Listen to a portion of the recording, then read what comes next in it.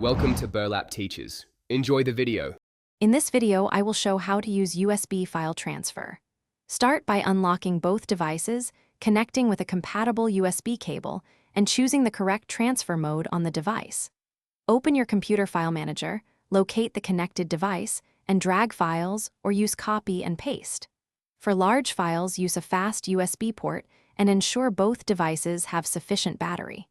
Safely eject the device before unplugging to prevent data loss. Choosing the right cable and mode makes transfers smoother and faster. Use a USB 3.0 cable for high speed, identified by blue or SS marking. Select File Transfer or MTP mode on smartphones, or choose Transfer Files on tablets.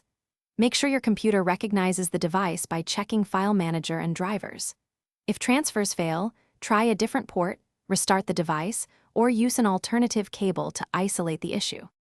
If you are finding this video helpful, please subscribe and like to support more easy guides.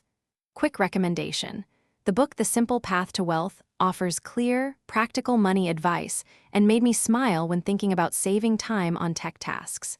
Check the description for the link and other deals so you can explore it yourself. Thanks for watching and supporting the channel. Now let's get back to the video.